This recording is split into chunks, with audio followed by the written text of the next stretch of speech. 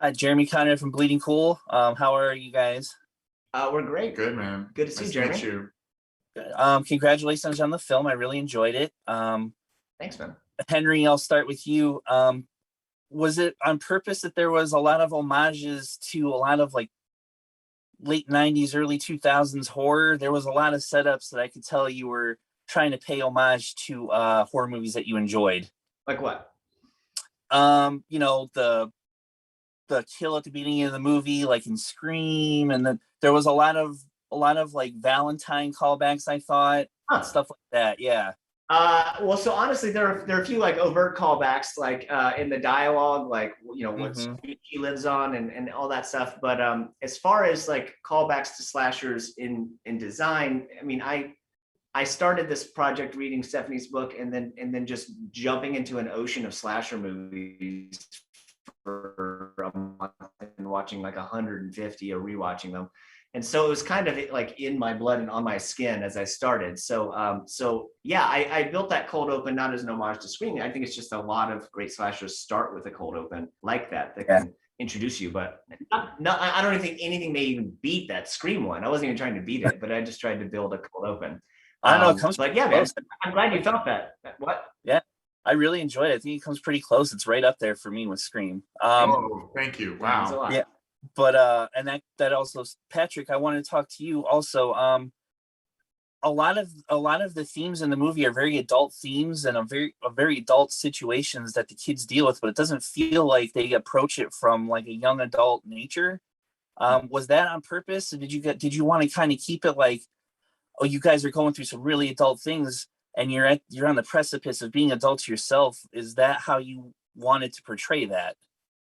Yeah, I mean, I think that's something that naturally bleeds into the themes there. Like, the kids are all supposed to be, just about to graduate from high school, 18 years old. And I think that's a transition that you go through where all of a sudden you're being faced with all these adult situations if you haven't been already, and you kind of don't have any of the toolkit needed to deal with it, and you're sort of having to learn as you go. And so like that in it itself is a horror movie. I think at least it was for me growing up. And so yeah, being able to like tap into that anxiety and have that anxiety be just another driving force of this movie outside of the fact that there's a killer, out there murdering everyone, just felt like a rich element to be able to kind of weave through a film like this and have something that like have that element, come from character and have that element, sort of play throughout the movie for sure.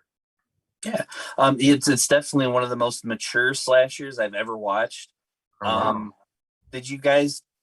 It feels like you guys set out to make like a real thriller movie here. But there had to have been some silliness on set with the masks.